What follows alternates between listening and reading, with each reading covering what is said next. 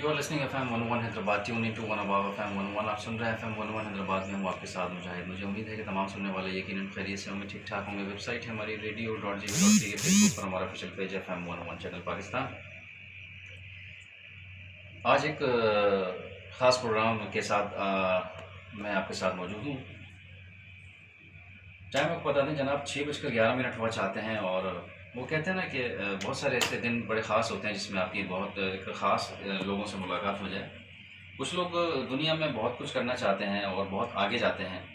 आपने देखा होगा कि बहुत सारे ऐसे लोग हैं जो बहुत एक छोटे से शहर से या गांव से एक आज़म करके निकलते हैं कि हमें बहुत कुछ करना है पाकिस्तान के लिए, अपने इलाके के लिए और अपने लिए, अपनी फैमिली के लिए। ऐसे बहुत कम लोग होते हैं जो बहुत आगे जाते हैं और बहुत कुछ करते हैं। उनकी बड़ी जद्दोजहद होती है, बड़ी मेहनत होती है और बड़ी मेहनत से वो पढ़ाई करते हैं, अपने वालिदैन का साथ देते हैं। उस पढ़ाई की जो जद्दोजहद है वो बड़ी तकलीफ़ देह भी होती है। बाज़ औक़ात पढ़ने जाना है, फिर उसमें काम भी करना है, वालिदैन को भी देखना है, फिर दूसरे शहर आ जाते हैं। दूसरे शहर आने के बाद भी एक पढ़ाई का एक बड़ा सिलसिला होता है, बड़ी मेहनत होती है, बड़ी जद्दोजहद होती है। ऐसे ही लोग माशरे के लिए एक बड़ा अहम रोल अदा करते हैं और बहुत आगे जाते हैं। इसी तरह से एक ये कामयाब लोग इसी तरह से करते हैं कि वो बहुत कुछ करते हैं बहुत सारे लोगों के लिए। आज हमारे साथ ऐसे ही एक कामयाब शख्स मौजूद हैं और इनका नाम है डॉक्टर अयाज कीरियो साहब। और इस वक्त ये एक बड़े अच्छे ओहदे पर मौजूद हैं, डायरेक्टर एडमिनिस्ट्रेशन है यूनिवर्सिटी ऑफ सेंट जामशोर। तो इनकी बहुत सारी खूबियाँ हैं। वैसे तो चलते हैं इनके पास और इनसे वेलकम करते हैं। पहले तो इनको अस्सलाम वालेकुम जनाब। वालेकुम अस्सलाम। कैसे हैं जनाब, ठीक ठाक हैं? अल्हम्दुलिल्लाह बिल्कुल ठीक। अच्छा, आप ये बताएं कि आज रेडियो पाकिस्तान हैदराबाद और FM 101 हैदराबाद पर आप आए, कैसा लग रहा है? जी बहुत ज़बरदस्त लग रहा है। ये फ़र्स्ट टाइम जैसे मैं बिल्डिंग में एंटर हुआ तो रेडियो पाकिस्तान हैदराबाद की बिल्डिंग का तो बहुत सुना हुआ था जी जी। लेकिन आज फ़र्स्ट टाइम मैं इस गेट से अंदर आया तो एकदम एक डिफरेंट फीलिंग है मेरे लिए कि मैं आज FM 101 और रेडियो पाकिस्तान हैदराबाद की बिल्डिंग के अंदर मौजूद हूँ और FM 101 के तवस्सुल से जितने भी उनके लिसनर्स हैं उनके साथ मुखातिब हूँ। और मैं डायरेक्टर एडमिशन्स सिंध यूनिवर्सिटी में भी काम कर रहा हूँ। तो जैसे आपने बताया कि बेसिकली मेरा गांव है विलेज कमाल कीरियो, जी तहसील गोलारची। और मैं बिल्कुल एक बैकवर्ड एरिया जिसको आप कहते हैं उससे बिलोंग करता हूँ। मेरा फादर, मुझे प्राउडली बताने में कोई हर्ज नहीं है कि वो फार्मर थे और अभी भी हमारी थोड़ी बहुत ज़मीन है लेकिन वही खेती बाड़ी करते हैं। तो उसी एरिया, उसी बैकग्राउंड से हम निकले हैं। डेफिनेटली मेरा मैसेज सबके लिए यही होगा कि अगर आप डिटरमेंट हैं, आप मेहनत करते हैं, कोशिश करते हैं, लगन रखते हैं, शौक़ रखते हैं तो कामयाबी आपके कदमों में आके गिरती है और ख़ुद ब खुद आपको ऑप्शंस और चॉइसेस मिलती जाती हैं। लेकिन आप में वो डिटर्मिनेशन और लगन होनी चाहिए। बिल्कुल, आपने ठीक कहा। अच्छा, ये बताएं कि एक सवाल ये आपसे कि आपने जो आपने बताया कि कमाल कीरियो में आप रहा करते थे, तो कैसे मतलब आपने ग्रो किया, तालीम कैसे हासिल की, वालिद साहब ने कैसे मदद की, उसके बाद फिर दर्जा बदर्जा कैसे आप करते चले? थोड़ा सा बताएं ताकि जो हमारे नौजवान सुनने वाले हैं उनको पता चले कि मेहनत किस तरह से की जाती है और आगे किस तरह से बढ़ा जाता है। जी, FM 101 के जितने भी लिसनर्स हैं उन सबको मैं ये एक इम्पॉर्टेंट बात बताता चलूँ कि मेरे फादर का भी रोल है लेकिन सबसे ज़्यादा जो रोल है वो मेरी माँ का है। उसका नाम सुहाबत कीरियो है। और मेरी आंखों में उस वक्त आंसू थे जब मैं यूके में था और अच्छा, मैंने वहाँ पे मार्क्स स्पेंसर का एक जॉगर ख़रीदा। और मार्क्स स्पेंसर आप समझते हैं कि एक ब्रांड है और ड्रीम होता है लोगों का नाइक और ये इस तरह की चीज़ें ख़रीदने में, लेकिन यूके में तो ये आम सी चीज़ें होती हैं। तो वहाँ पे जब मैंने ख़रीदा तो वहाँ पे मैंने अपनी एक स्टोरी लिखी है जो आज फ़र्स्ट टाइम मैं डिस्क्लोज़ कर रहा हूँ। मेरे कलीग, साथी, दोस्त किसी को भी पता नहीं है। और वो स्टोरी का टाइटल था कि माँ की चप्पल से लेकर मार्क्स स्पेंसर के बूट तक मेरी जर्नी। क्या बात है। तो जो मेरा प्राइमरी स्कूल था 7वीं जमात तक, पहले प्राइमरी तो होता था उसके बाद हम 7वीं जमात तक पढ़े थे, जो गांव में स्कूल था विलेज फतेहाबाद।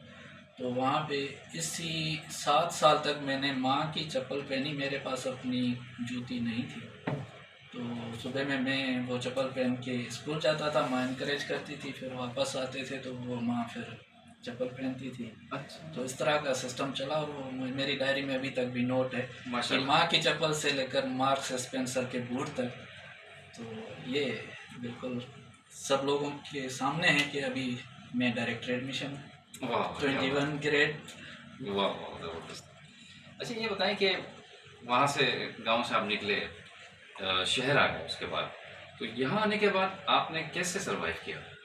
हाँ जी, ये इसमें एक बहुत अच्छा सफ़र है मेरा। और जैसे मैंने कहा ना कि लाइफ में आपको अपॉर्चुनिटीज़ मिलती जाती हैं। तो जैसे ही मैंने 7वीं जमात कंप्लीट की तो उस गांव के अंदर हाई स्कूल नहीं था। फिर हाई स्कूल हमें डिस्ट्रिक्ट बद्दीन में आना पड़ता था।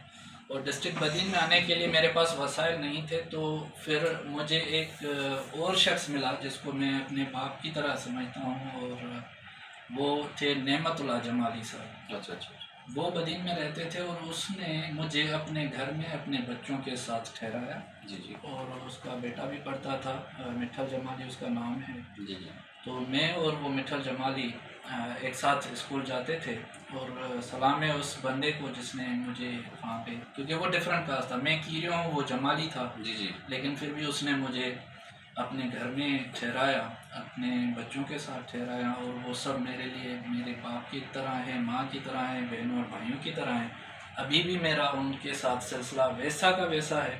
मैं जब भी जाता हूँ तो उनके पास ज़रूर जाता हूँ, क्योंकि वो मेरी ज़िंदगी का इम्पॉर्टेंट कंपोनेंट है।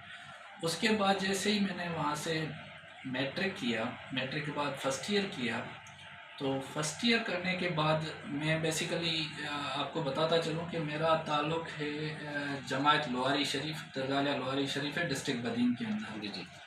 तो वो मेरा जो पढ़ने का शौक़ था उससे मुतासर होकर हमारी कम्युनिटी का जमायत लोहारी शरीफ का एक बंदा था, अमान गुल डायरी साहब। जी, जी। उन्होंने एक बोर्डिंग स्कूल या बोर्डिंग के नाम से एक हॉस्टल बनाई हैदराबाद के अंदर। अच्छा, अच्छा। फिर जब वो मुझसे मिले तो उन्होंने मुझसे पूछा कि आपको शौक़ है? मैंने कहा शौक़ है, पढ़ने का शौक़ है। अफोर्डेबिलिटी नहीं है। उसने कहा चले आ जाएँ आप हैदराबाद, हम आपका अरेंजमेंट करते हैं। वाह! तो उस अमान गुल डायरी साहब की तवस्सुल से मैं हैदराबाद कासिमाबाद में पहुंचा। जी, जी। और वो बोर्डिंग स्कूल था जमायत लोहारी शरीफ की तरफ से। हुँ। और वहाँ पे हमें फ्री में रहना और खाना पीना पूरा कम्युनिटी जमायत लोहारी शरीफ के तवस्सुल से मिला। और उसकी जो मुझे एक अच्छी बात लगती है कि वो जो बोर्डिंग हाउस स्कूल था और जिसमें गरीब बच्चों को ला के पढ़ाने और फैसिलिटेट करने की बात थी, उसमें सांगढ़ के एक बहुत ही अहम शख्सियत का किरदार था जो स्पॉन्सर करता था। और उसी टाइम उस बंदे ने ये कहा था कि मेरा नाम आप नहीं बताएंगे, किसी को पता नहीं चलना चाहिए, लेकिन उसने हमें स्पॉन्सर किया या सपोर्ट किया। जब वो डेथ हो गया, उसका नाम मैं बता देता हूँ, वो डॉक्टर भागचंद हरदासानी, सांगढ़ डिस्ट्रिक्ट के बहुत नामवर डॉक्टर थे। और वो पीर साहब पगारा के मुआलिज भी थे। अच्छा। मीन्स उनके लिए पीर साहब पगारा तक रसाई के लिए कोई अपॉइंटमेंट या इस तरह की चीज़ नहीं थी। वो उनके ज़ाती मुआलिज थे, वो बड़ी रिस्पेक्टेबल शख्सियत थे। सही, सही। तो अभी भी उनके बेटे हैं जो राजेश कुमार हरदासानी, वो भी बहुत एक्टिव है समाजी कामों के हवाले से। और मैडम शाहजादा मरी के साथ वो अक्सर बेहतर अच्छा। काम करते रहते हैं। तो जब वो डेथ कर गए तो मैंने उसकी वर्सी पे जाना हुआ। तो उसके बाद जो मेरे टीचर थे उसने मुझे ये राज बताया कि आप अगर आज जा रहे हैं तो उस शख्सियत के पास जा रहे हैं जिसने आपको ये स्पॉन्सर चीज़ की। वाह! तो वो भी एक क्या अजीब बात। किस्म का मोड़ था लाइफ के अंदर। और उस प्रोग्राम में मैं था, नसीर मिर्ज़ा साहब था, एक और भी ऐसी शख्सियत थी जो उनकी वर्सी में गए थे। तो बस ये सिलसिला वहीं से स्टार्ट हुआ। फिर उस बोर्डिंग हाउस की तवस्सुल से मैं इंटरमीडिएट पास कर गया। इंटरमीडिएट के बाद मेरी एडमिशन हो गई Sindh university computer science department के अंदर। और फिर वहाँ से मुझे सपोर्ट जो मिली वो रिटायर्ड प्रोफेसर हयात कीरियो साहब, जो मेरे कज़न भी हैं, जी, जी। तो वो उस टाइम वहाँ पे यूनिवर्सिटी में काम करते थे। फिर 4 साल तक मैं उनके घर में रहा, तो उसने मुझे सपोर्ट किया। तो बस उसके बाद जैसे ही मैंने ग्रेजुएशन की और पढ़ने पढ़ाने का शौक़ पहले ही से मौजूद था, तो कम्पीट किया कमीशन के अंदर, लेक्चरर बन गए सिंध यूनिवर्सिटी के अंदर। लेक्चरर बनने के बाद लकली जो अताउर रहमान साहब का टाइम था उसी में कुछ स्कॉलरशिप्स आ गई। फॉरेन स्कॉलरशिप्स, तो उसमें हमने जो टेस्ट पास किया तो हमने फर्स्ट अटेम्प्ट में ही टेस्ट पास कर लिया। उस टाइम ये टेस्ट पास करना बहुत मुश्किल था लोगों के लिए। तो ये आप समझ लेंगे 40 स्कॉलरशिप्स थी, तो फर्स्ट अटेम्प्ट में जो हम बच्चे निकले थे वो 19 की, मीन्स 21 स्टिल रह गई थी जो पोजीशंस फिल नहीं हो सकी। तो हमें अपॉर्चुनिटी यूके की मिल गई, क्योंकि कम लोगों को यूके की अपॉर्चुनिटी मिलती है। तो वहाँ से फिर हमने यूके यूनिवर्सिटी ऑफ ससेक्स, जो उस वक्त यूनिवर्सिटी पूरे दुनिया के अंदर टॉप 100 यूनिवर्सिटी में काउंट होती थी, और यूके के अंदर उसकी रैंकिंग टॉप 30 की थी। अच्छा। तो वहाँ पे फिर एडमिशन हो गई, और वहीं पे हमने टाइम के अंदर अल्हम्दुलिल्लाह पीएचडी कंप्लीट की। पीएचडी कंप्लीट करने के बाद वही जज्बा था कि वापस आना है, अपने लोगों की, अपनी कौम की, अपनी यूनिवर्सिटी की खिदमत करनी है। वापस आ गए और अब अपने लोगों के साथ हैं, और हम चाहेंगे कि अभी एडमिशन का टाइम स्टार्ट हो गया है सिंध यूनिवर्सिटी के अंदर, और बहुत सारे बच्चे जो एस्पायरेंट होंगे, जो एडमिशन्स के लिए इधर उधर अपनी निगाहें फेर रहे होंगे, वो कोशिश करें कि सिंध यूनिवर्सिटी को ऑप्ट करें, मेहनत करें। बहुत अपॉर्चुनिटीज़ है, बहुत अच्छा एनवायरनमेंट है, आएँ यहाँ पे पढ़ें। बिल्कुल ठीक कह रहे हैं। हमारी भी मादर में मैंने भी वहीं से मास्टर्स किया है, मास कम्युनिकेशन में, और बड़ा अच्छा लगता है जब हम यूनिवर्सिटी में का नाम सुनते हैं या वहाँ जाते हैं। तो चलो उसके हवाले से आप ये बताएं कि ये जो एडमिशन्स हैं, ये मतलब ये कि 2023-2024 के हो रहे हैं, तो किन किन डिपार्ट वो उसमें हो रहे हैं?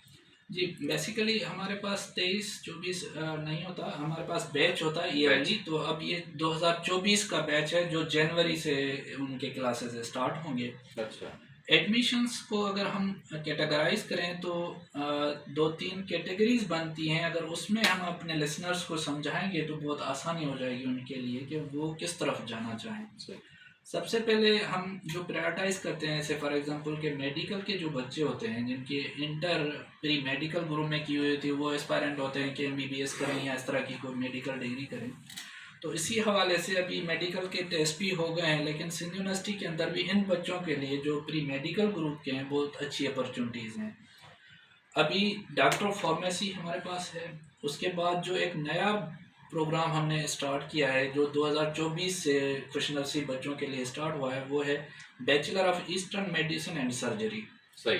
ये भी मेडिकल का शोबा है जिसमें जो बच्चे हैं मेडिकल के, स्पेशली जो गर्ल्स हैं, उनके लिए बड़ी अच्छी अपॉर्चुनिटी है कि वो मेडिकल को ज़्यादा प्रेफर करती हैं। फिर हमारे पास मेडिकल से रिलेटेड जो सब्जेक्ट है वो है बीएस पब्लिक हेल्थ।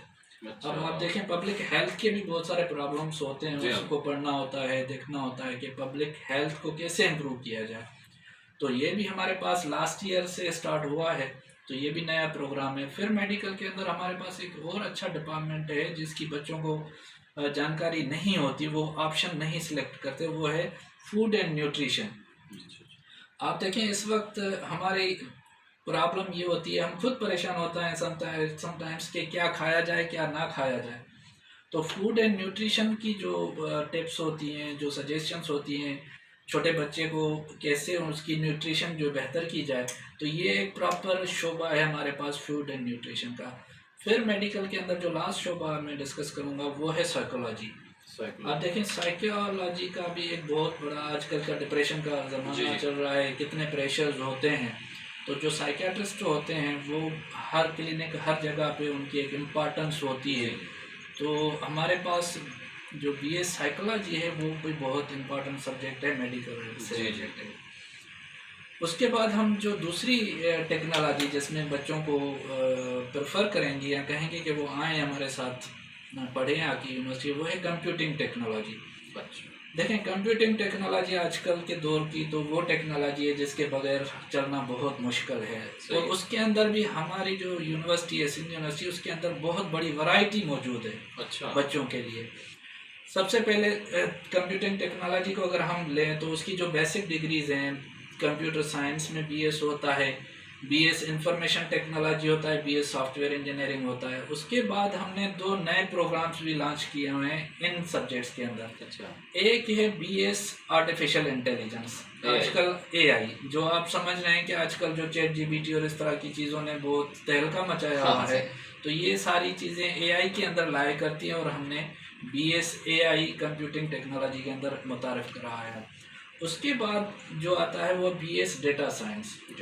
अब डेटा साइंस भी बहुत अच्छा प्रोग्राम है। वो लास्ट ईयर हमने स्टार्ट किया था, लास्ट ईयर भी हमें फुल उसकी जितनी भी सीट्स थी सारी भरी हुई हैं। इस साल भी हम चाहेंगे कि जो बच्चे हैं कंप्यूटिंग टेक्नोलॉजी में इन शोबों को ऑप्ट करें। उसके बाद की जो कैटेगरी आती है उसको हम डिवाइड करते हैं बिजनेस या मार्केटिंग के अंदर। उसके अंदर भी सिंध यूनिवर्सिटी के अंदर बहुत अच्छे डिपार्टमेंट्स बने हैं। देखें, बैचलर ऑफ बिजनेस एडमिनिस्ट्रेशन, जो बैंकिंग सेक्टर और इस तरह की चीज़ों में जाना चाहते हैं तो उनके लिए बीबीए का ऑप्शन है।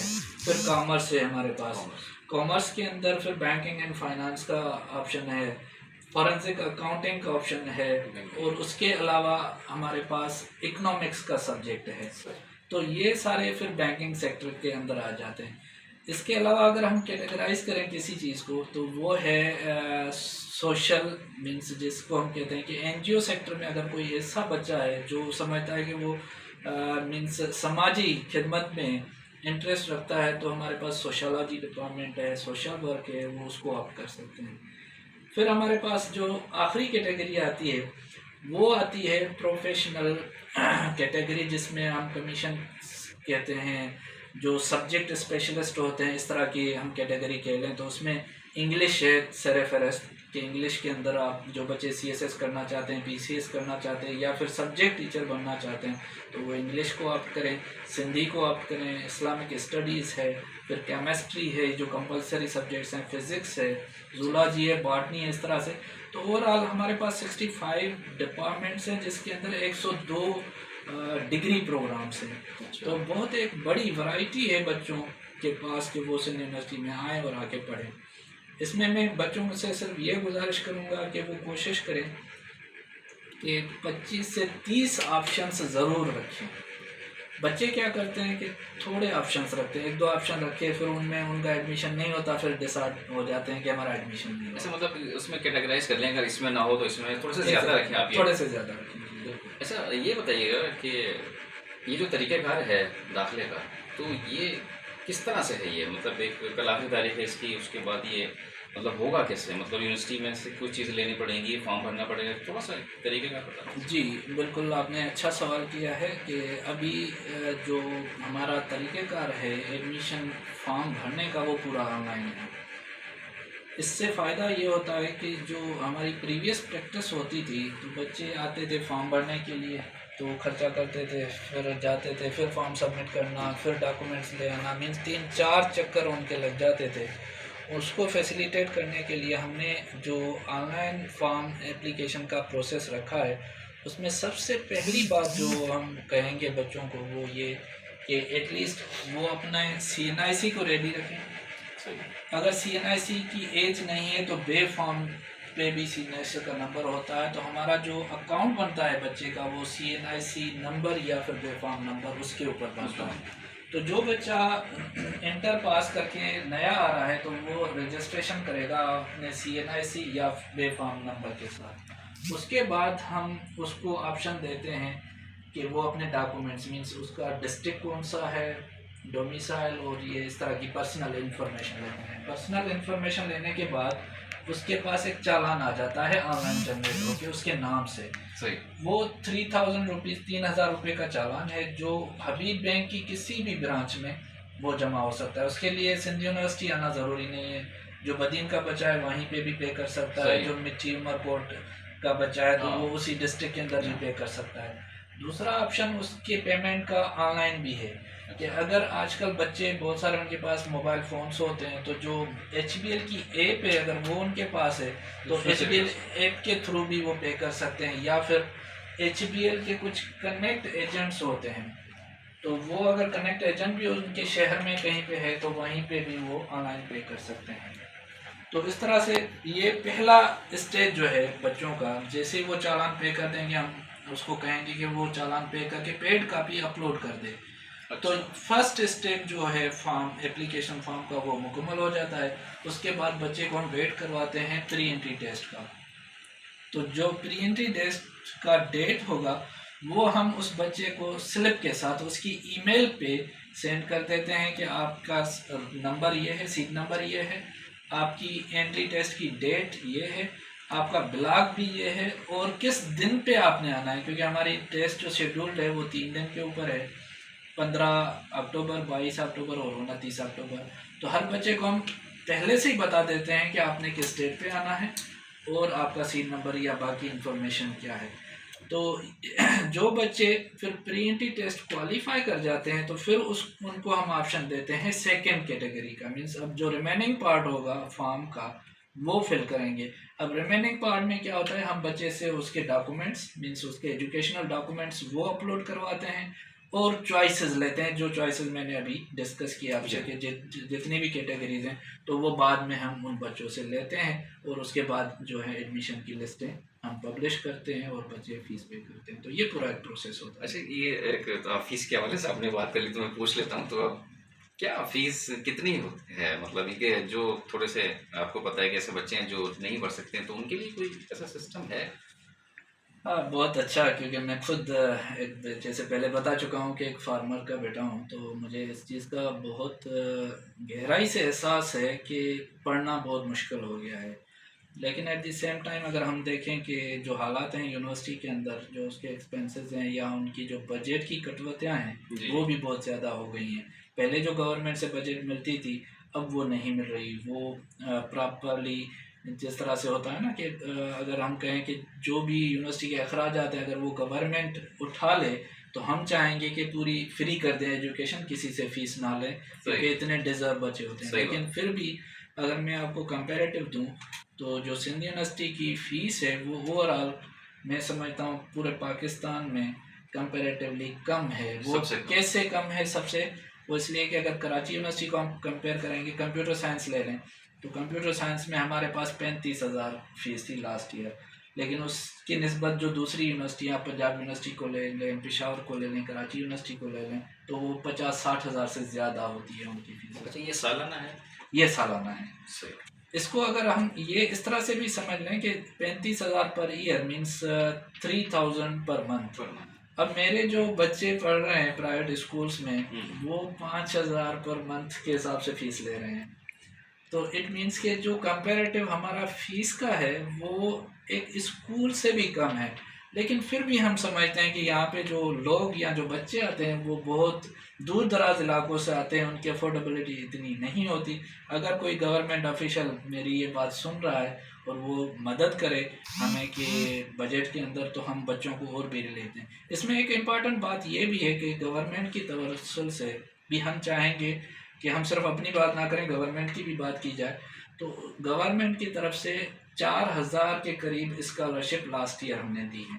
तो ये एक बहुत अच्छा ये रिलीफ अच्छी बात होता है। बिल्कुल, जो मेरिट पे बच्चे होते हैं, डिजर्विंग होते हैं, गरीब होते हैं, तो 4,000 एक बहुत अच्छा खासा नंबर है बच्चों का जिनको स्कॉलरशिप्स मिली हैं। और उसमें सिंध HEC का भी पार्ट है, हायर एजुकेशन जो फेडरल है हमारी उसका भी पार्ट है, सिंध गवर्नमेंट का भी पार्ट है, और वफा की गवर्नमेंट जिसमें एहसास और डिफरेंट कैटेगरीज थी पहले से, तो उन सब का पार्ट है। तो 4,000 के करीब स्कॉलरशिप भी हमने दी है। ये तो बड़ी अच्छी आपने बात बताई कि जितने भी सुनने वाले हैं हमारे इस वक्त जो नौजवान पढ़ना चाहते हैं, आगे जाना चाहते हैं, तो यूनिवर्सिटी में आपको 4,000 जो है स्कॉलरशिप्स हैं, आप वहाँ आएँ, पढ़ें, दाखिला लें। एक बड़ा अच्छा माहौल है। अब तो जैसे कि डॉक्टर साहब ने बताया कि इस वक्त जो है वो बहुत अपॉर्चुनिटी है, बहुत अच्छे वहाँ पर इन्वायरमेंट है, बहुत अच्छा काम हो रहा है। तो जैसे आप आएंगे, जब भी तो आपके पास ज़्यादा टाइम नहीं है, आप बिल्कुल जो है वो दाखिला ले सकते हैं बिल्कुल हर हवाले से। आप सुन रहे हैं FM 101 हैदराबाद में हूँ, आपके साथ मुजाहिद और मेरे साथ हैं डॉक्टर साहब आयाज कीरियो साहब, और वो बड़ी अच्छी गुफ्तगू हो रही है यूनिवर्सिटी के हवाले से और इनके जो पर्सनल इश्यूज़ हैं उनके हवाले से। अच्छा डॉक्टर साहब, एक सवाल ही पूछना था कि ये यहाँ तक आपका जो सफ़र शुरू हुआ, जो आपके घर से यहाँ तक का, इसमें इसमें आपने बहुत सारे नाम बताए कि कोई आपने जैसे अपनी वालिदा का एक बहुत बड़ा किरदार दिखाया, बहुत उनका अच्छा जिक्र किया है माशाल्लाह। अब जो नए आने वाले हैं, जो आपको सुन रहे हैं, नौजवान जो हैं, तो उनको आप क्या कहेंगे वो कि जितनी आपकी जद्दोजहद है तो वो किस तरह से आगे बढ़ सकते हैं? जी, बहुत ज़बरदस्त आपने मेरे दिल का सवाल कर दिया है। अब जितने भी मेरे बच्चे हैं जो अभी पढ़ रहे हैं यूनिवर्सिटी के अंदर, ये सवाल उनके लिए भी है, और जो आने वाले हैं, जो एस्पायरेंट हैं, अभी एडमिशन्स लेंगे, उनके लिए भी ये है। मैंने जो अपनी ज़िंदगी में, अब देखें UK आप कंसिडर करें कि दुनिया का डेवलप्ड कंट्री, फिर हम थर्ड वर्ल्ड कंट्री के अंदर आ जाते हैं। और अगर नॉर्मली किसी को भी समझाना होता है तो हम ये कहते हैं कि वो 100 साल आगे हैं, हम 100 साल पीछे हैं। अब मैंने इन दोनों को देख लिया है, ना सिर्फ देखा है बल्कि जो पूरा यूरोप है उसको भी हमने विज़िट किया, वहाँ का कल्चर देखा और अंडरस्टैंड भी किया। ये कोशिश की कि सिर्फ हम दीवारों तक महदूद ना रहें, लैब्स तक महदूद ना रहें, लेकिन उनका कल्चर, वो सारी चीज़ें देखी। हर जगह पे मैंने जो तालीम के हिसाब से चीज़ नोट की है ना, वो सेम है। मीन्स अगर वो आप सिंध यूनिवर्सिटी कहेंगे वो भी उसी तरह है, अगर आप यूनिवर्सिटी ऑफ ससेक्स कहेंगे वो भी उसी तरह है, अगर आप हार्वर्ड यूनिवर्सिटी कहेंगे ना तो वो भी उसी तरह है। अच्छा, उसका रीज़न मैं आपको बताऊं, वो ये कि जो देखें पढ़ने वाला बच्चा है ना वो क्लास के अंदर होता है, सही, जो ना पढ़ने वाला होता है वो क्लास के बाहर होता बात होता है। है। और जिसको पढ़ना होता है ना वो टीचर से भी ज़्यादा गेन करता है लाइब्रेरीज के थ्रू, बुक्स के थ्रू, दूसरे रिसोर्सेज के थ्रू। और नॉर्मली मुझे ये कहने में कबात नहीं होती कि जो शागिर्द होता है वो टीचर से बेहतर होता है, उसमें एनर्जी होती है, उसमें पोटेंशियल होता है, उसमें लर्निंग कैपेसिटी ज़्यादा होती है, क्योंकि वो एज ऐसी होती है कि उसमें उसकी याददाश्त, उसकी जो ब्रेन की कैपेसिटी है, वो सारी चीज़ें अपने टीचर से, फॉर एग्जांपल अगर मैं 50 इयर्स का हूँ तो अब मेरे साथ प्रॉब्लम्स होंगे, मेरे साथ याददाश्त के प्रॉब्लम्स होंगे, फैमिली के प्रॉब्लम्स होंगे और बहुत सारी चीज़ें हैं। लेकिन जो पढ़ने वाला बच्चा है उसको सिर्फ टारगेट पढ़ना है। पढ़ना, तो बच्चे, अब कभी कभी हमें शिकायत मिलती है कि क्लास नहीं होते, पढ़ाई नहीं होती, ये नहीं, तो ये सारे हुजूर होते हैं।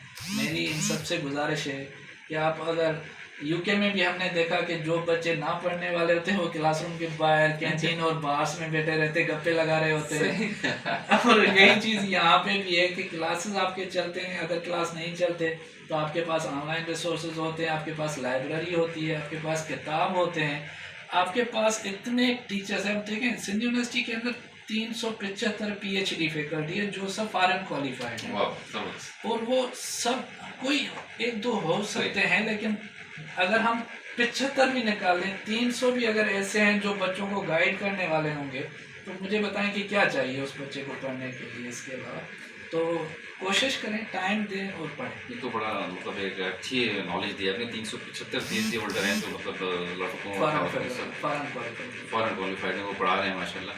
तो अब ये बताएं कि जैसे कि आपने बताया, सवाल निकलता है इसमें से, आपका जो इलाका है तो मतलब जहाँ वहाँ जाते हैं तो वहाँ तालीम की क्या सूरत हाल है, वहाँ कुछ करना चाहते हैं आप?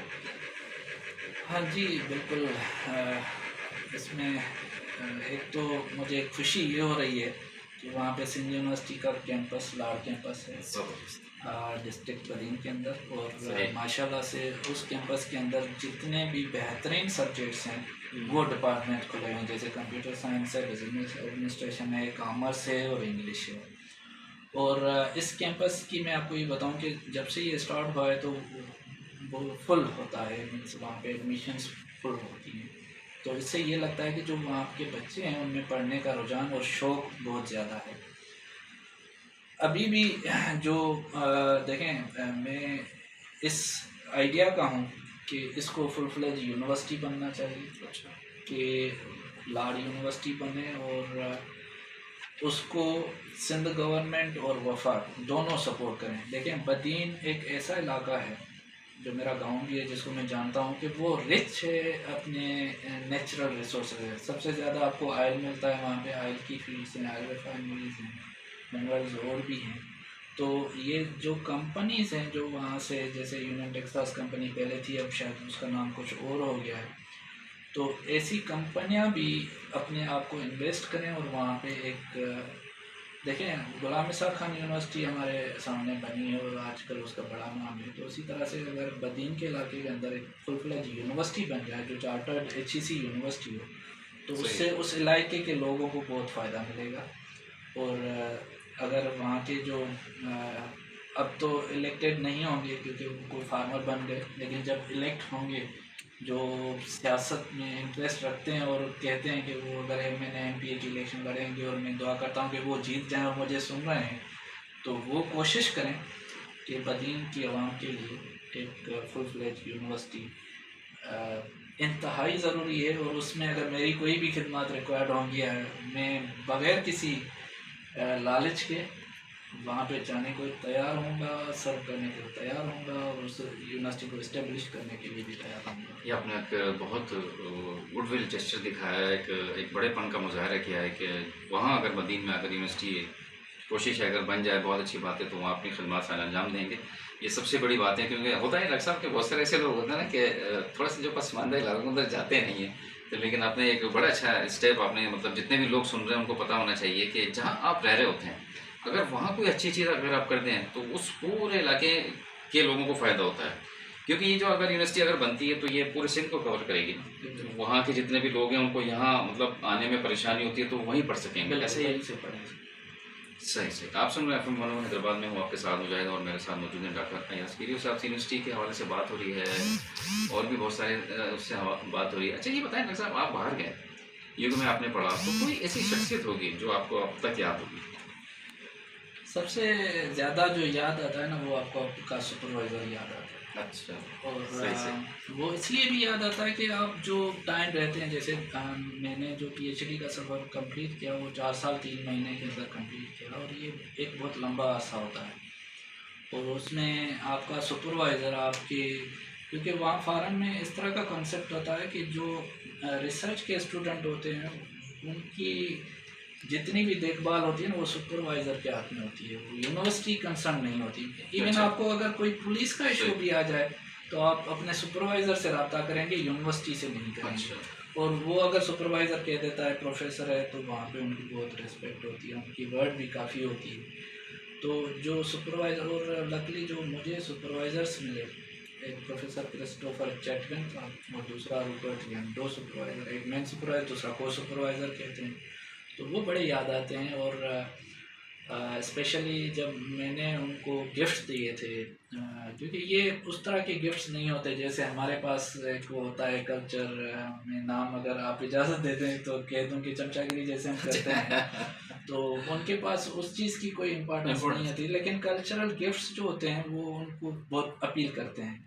तो मैं यहाँ से लेके गया था, टोपी लेके था, सिंधी टोपी लेके गया था, अजरक लेके गया था, और एक जो हमारी गंदम की बनती है ना जिस पे हम वो रोटी रख के खाते हैं उसको, जी जी। उर्दू का वर्ड तो मुझे नहीं आता, छबी। अच्छा अच्छा।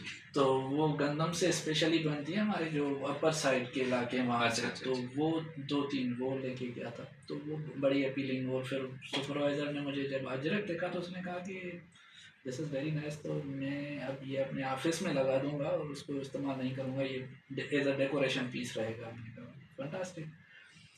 तो एक ये है कि अच्छा, उसके बाद जो सुपरवाइज़र वहाँ पे होते हैं ना, देखिए मुझे उसका एहसास इसलिए भी आता है कि मैं आपको बताऊं कि मैंने PhD तो UK से की है, लेकिन मेरी PhD सिंधी के ऊपर है।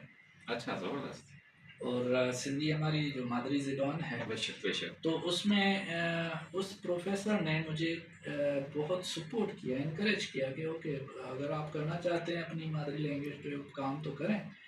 अब उसके अंदर जो मेरे सिंधी लैंग्वेज के साउंड्स थे उनके ऊपर DSP, डिजिटल सिग्नल प्रोसेसिंग का मेरा काम था, जिसको हम कंप्यूटेशनल लिंग्विस्टिक्स के टर्म्स में कह सकते हैं या डिफाइन कर सकते हैं। तो उस पर पूरा काम था। तो मीन्स ये उनका बड़ापन था। अगर वो कहते कि नहीं आपने उस एरिया में काम करना है जहाँ पे मैं आपको कहूँ या मैं गाइड कर सकूँ, या जो मेरी एरिया है उस पर जाएँ, लेकिन उसने प्रेफर किया कि नहीं, अगर आप अपना काम करना चाहते हैं तो गो है। तो ये मेरे लिए एक बहुत टर्निंग पॉइंट था लाइफ का कि मैं अपनी लैंग्वेज के ऊपर काम करूँ, दुनिया के सबसे डेवलप्ड कंट्री के अंदर काम करूँ और टाइमली काम कंप्लीट करके वापस आ जाऊँ। तो ये मुझे दोनों सुपरवाइज़र जो हैं वो अभी तक याद भी आते हैं और राब्ते में भी हैं। दूसरा अगर आप कहेंगे मुझे जो बंदा याद आता है UK के अंदर, वो थी क्लेयर। वहाँ पे एक खातून थी, क्लेयर उसका नाम था। और मैंने, जैसे आपने कहा ना सिंधी में मैंने काम शुरू किया, तो वहाँ पे पोस्टर प्रेजेंटेशंस का एक हुआ था कॉन्फ्रेंस।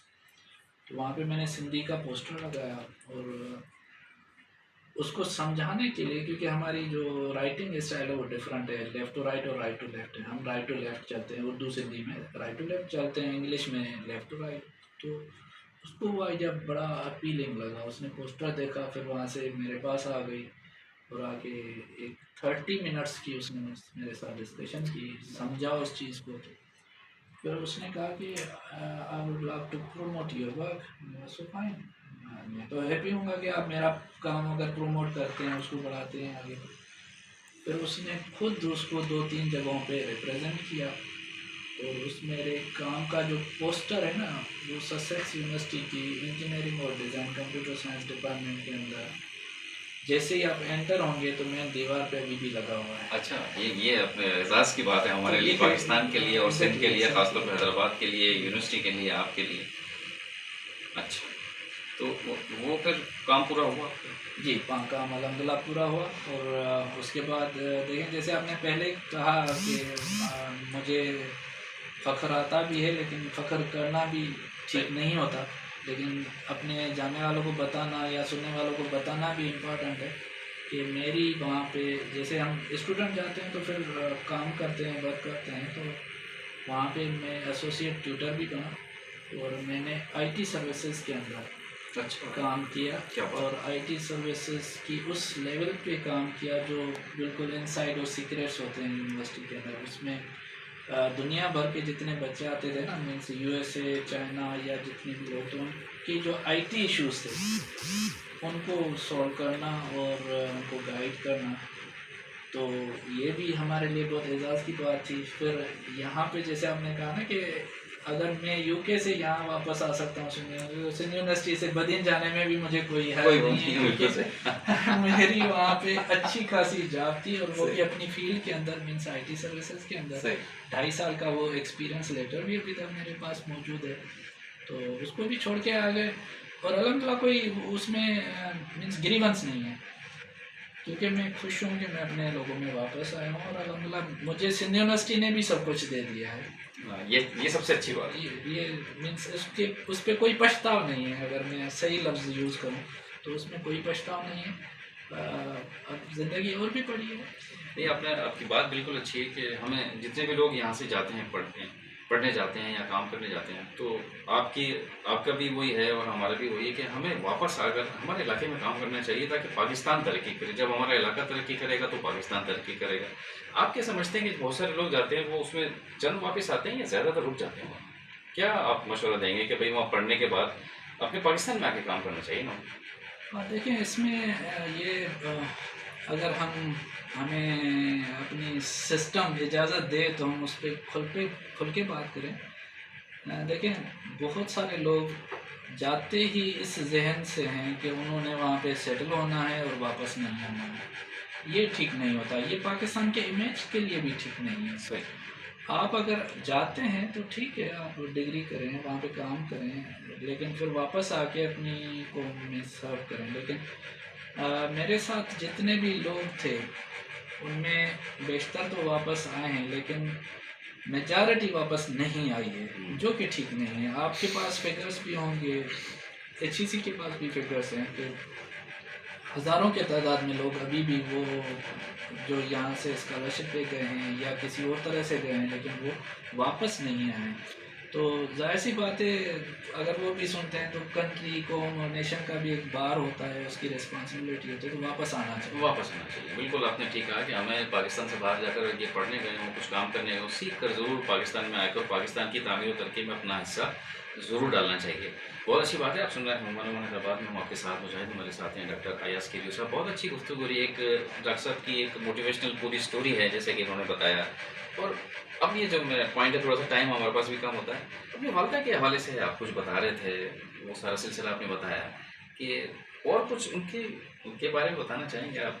कोई ऐसी बात जो आप कहना चाहते हो सुनने वालों को कि मेरी वालदा ऐसी थी, उन्होंने ऐसे किया या अब तक हैं, तो कोई एक बात बताएं। देखें, ये मेरे लिए ऐसी टची स्टोरी है कि हो सकता है मैं रोना पड़ूँ, कभी ज़िंदगी में रोया नहीं हूँ, लेकिन इमोशनल हो जाता है बंदा, सही, क्योंकि ये रिलेशन ऐसा है माँ का। और जैसे मैंने कहा ना कि मैं तो माँ की चप्पल पहन के स्कूल जाता था, फिर वापस उसी अटैचमेंट से फिर मार्क्स स्पेंसर तक पहुँचा। लेकिन माँ माँ होती है, और उनकी दुआएं भी हमेशा साथ होती थी, और वो दुआएं भी करती रहती थी कि आप चले कहाँ ज़िंदगी में कामयाब हो जाएं, ये सारी चीज़ें। लेकिन जब मैं पीएचडी करके वापस आया तो फिर उसने एक बात मुझसे जो छुपाई थी पहले, फिर बाद में बताई, और वो ये थी कि मेरी माँ बिल्कुल भी पढ़ी लिखी नहीं थी और गांव से ताल्लुक़ था उनका। तो उसके जहन में ये था कि लोग जो बाहर जाते हैं तो 4 साल या 5 साल के बाद वो वापस आते हैं और ना उनसे कोई राब्ता होता है, ना उनसे बात होती है। तो ये उसने अपने जहन के अंदर एक चीज़ जो है ना वो बिठा के रख दी। और मैं जब जा रहा था तो वो मुझे भी देख रही थी, तो मैं तो एक्साइटेड था कि मुझे एक अपॉर्चुनिटी मिली और वो भी यूके जाने की। तो उसने मुझे रियलाइज़ होने नहीं दिया, लेकिन वो मेरे साथ एयरपोर्ट तक नहीं चली। हाँ, वो समझ गई कि वो शायद संभाल नहीं पाएंगी, तो उसी हिसाब से शायद मैं मायूस हो जाऊँ या मेरे ऊपर कुछ हो, तो वो एयरपोर्ट तक नहीं चली। लेकिन फिर जब मैं वापस आया तो वो मुझे बताती, जैसे ही मैं निकला और जब तक वहीं तक पहुंचा और फिर उनसे रब्ता किया, तब तक वो रोती रही। और रोती इस सेंस में रही कि उसको था कि अब ये गया तो 4 साल तक वापस नहीं आएगा, फिर मैं कैसे इनसे बात करूँगी, कैसे। माँ की मोहब्बत की माँ की मोहब्बत तो इस तरह की होती है। लेकिन अम्मी को ये अंदाज़ा नहीं था कि टेक्नोलॉजी तो बहुत ज़्यादा आगे निकल चुकी है। हम तो उस कॉन्फिडेंस में थे कि मोबाइल का दौर है, नेटवर्क का दौर है, इंटरनेट का दौर है, तो उसमें ये तो हो ही नहीं सकता कि डेली के बुनियाद पे एक बंदा जो बाहर जाता हो अपनी फैमिली के साथ कनेक्ट ना हो। तो जैसे ही कुछ टाइम में वहाँ पे 7-8 दिन के बाद सेटल हुआ और घर पे बात करना शुरू कर दी, तो मैंने तो वीडियो कॉल पे बात करना शुरू कर दी। अच्छा अच्छा अच्छा। तो उसके बाद अम्मी ने कहा कि मैं तो खामखा की रो रही थी, आप तो डेली मेरे साथ बात कर रहे हैं और वो भी वीडियो के ऊपर, मैं आपको देख रहे हैं। मैंने कहा ना मुझे देखें, आप पूरा यूके देखें जहाँ पे मैं बैठ रहा हूँ, पढ़ रहा हूँ, उठ रहा हूँ, ये सारी चीज़ें। तो उसके बाद वो रिलैक्स हुई और उसने फिर मुझे मीन्स दिल से कहा कि आप जाएं, पढ़ें और कामयाब होके वापस आएँ। तो ये है माँ की मोहब्बत। वाकई माँ का तो कोई नया मतलब है नहीं, बिल्कुल आपने ठीक कहा। और उन्होंने ये जो आपने स्टोरी सुनाई ये भी बहुत अच्छी है। तो इससे टेक्नोलॉजी से बड़ा फ़ायदा हुआ है, तो हमें टेक्नोलॉजी का इस्तेमाल जो है वो ज़्यादा करना चाहिए, आप ये कहना चाह रहे हैं? बिल्कुल ज़्यादा करना चाहिए और डरना नहीं चाहिए। हम टेक्नोलॉजी से डरते हैं और हमारे कंट्री का जो अलमिया है वो भी यही है कि लोग टेक्नोलॉजी को समझ नहीं पा रहे। अब जैसे आर्टिफिशियल इंटेलिजेंस के बारे में लोग कह रहे हैं कि कोई प्रॉब्लम हो जाएगा, लोग बेरोज़गार हो जाएंगे, ऐसा होता नहीं है। सच टेक्नोलॉजी होती है वो असिस्ट करती है। देखें, सही। कंप्यूटर के लिए आम तासुर ये होता है कि उसके आने से लोग बेरोज़गार हो जाएंगे, ऐसा नहीं है। कंप्यूटर चलाने के लिए तो लोग चाहिए ना, सिर्फ वर्किंग डायनामिक्स चेंज होते हैं कि पहले आप जो मैनुअल काम करते हैं अब वो आप सिस्टम के थ्रू काम करेंगे और एफिशिएंटली करेंगे। देखें, एक ज़माना था जब कैलकुलेटर आया था, लोग अगर उसको याद करें तो उसमें ये कहावतें हमें सुनने को मिलती थी कि अब मैथमेटिक्स तो ख़त्म हो गई भाई, ये तो जो समेशन कर रहा है खुद कर रहा है, कैलकुलेशंस खुद कर रहा है, मिलियंस में कर रहा है। लेकिन क्या कैलकुलेटर ने रिप्लेस किया मैथमेटिक्स को? नहीं किया। तो इसलिए ये रोबोट्स, ये जितनी भी टेक्नोलॉजी आ रही है उससे डरना नहीं चाहिए, उससे फ़ायदा उठाना चाहिए। स्पेशली एग्रीकल्चर के अंदर देखें, बाहर के जो ममालिक हैं वो एग्रीकल्चर में, हम एग्रीकल्चर कंट्री हैं, हमारी इकोनॉमी एग्रीकल्चर बेस है, लेकिन एग्रीकल्चर के अंदर हमारी टेक्नोलॉजी का यूज़ जो है वो ना होने के बराबर है। इट मीन्स हम डरते हैं उससे, तो डरना नहीं चाहिए, प्रमोट करना चाहिए, इंकरेज करना चाहिए। टेक्नोलॉजी से फ़ायदा कि अगर टेक्नोलॉजी से हमें इस्तेमाल करना है तो उससे डरे नहीं। ये आपने बड़ा जुमला ज़बरदस्त इस्तेमाल किया है जो मैंने कभी सुना नहीं। तो बड़ा मतलब डरने के बजाय हमें इसका इस्तेमाल करना चाहिए। और आपने बिल्कुल ठीक कहा कि पाकिस्तान के पीछे भी एक स्टोरी है, कहें तो बता दें? बस आप, हमारे पास तकरीबन 3-4 मिनट है। डरे नहीं, ये मैंने यूके से सीखा। अच्छा, ज़बरदस्त। वो इसलिए कि ये शायद बात लोग सुन के हैरान भी होंगे कि यूके के अंदर लोग कंप्यूटर से बहुत डरे हुए होते हैं। वो उसको हाथ नहीं लगाते, उसको ओपन नहीं करते, उसके सॉफ्टवेयर को टच नहीं करते। और यहाँ पे हमारे पास पाकिस्तान के अंदर आप देखिए, बच्चा वो सॉफ्टवेयर से खेल रहा होता है, कंप्यूटर से खेल रहा होता है। तो वहाँ पे मैंने जो बच्चे देखे यूएस से आने वाले, चाइना या जो दूसरे डेवलप्ड कंट्रीज़ है, तो वो जब अपने कंप्यूटर की प्रॉब्लम मेरे पास ले आते थे तो डर की वजह से वो खुद भी कर सकते थे, लेकिन उस डर की वजह से वो नहीं कर पा रहे थे। फिर हम उनको गाइड करते थे, हमें डर नहीं था। हमने तो उसको करना है। आप देखें, आपका मोबाइल फ़ोन है, अगर जो नया ख़रीदता है ना, वो कहता है कि अगर ये मेरे से गिर जाएगा तो टूट जाएगा। भाई वो टूटेगा, आप डरे नहीं। उसको जोड़ने में जो आपकी लर्निंग होगी ना, वो इम्पोर्टेंट है। क्या ज़बरदस्त बात आपने की माशाल्लाह, यानी कि हमारे सुनने वालों को बड़ा अच्छा मिलेगा कि टेक्नोलॉजी से डरे नहीं, उसका इस्तेमाल करें, गिर जाएगी कोई बात नहीं, टूट जाएगा तो जब जब उसको आप सीखेंगे तो उससे आपको जो है ना वो सारी चीज़ें मिलेंगी।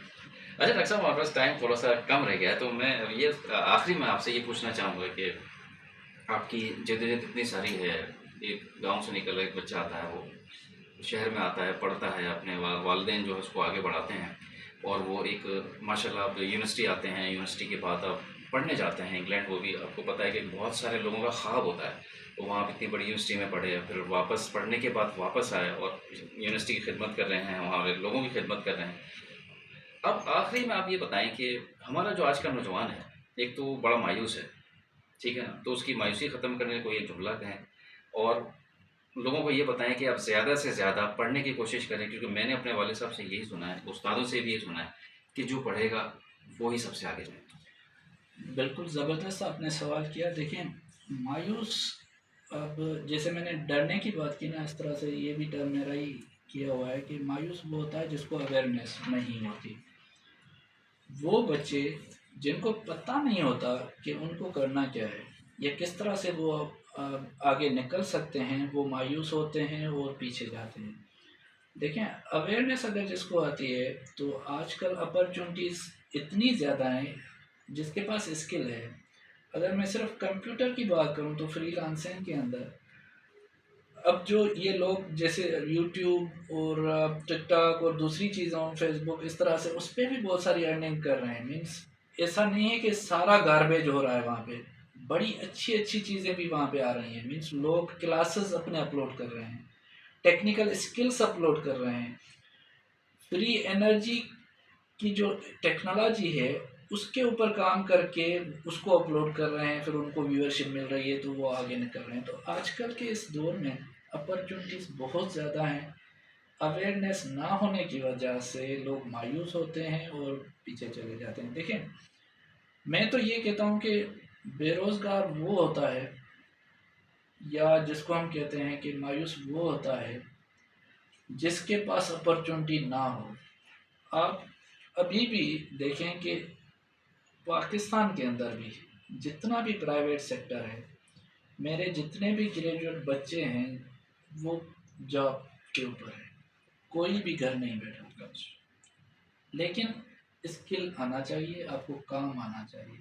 देखें, डिग्री आपकी यहाँ तक मदद करेगी। लोग कहते हैं कि डिग्री तो हमने ले ली है, डिग्री आपकी यहाँ तक मदद करेगी कि वो आपको इन कर दे, लेकिन सर्वाइव आप तब करेंगे जब आपके पास नॉलेज होगी, आपके पास स्किल होगा।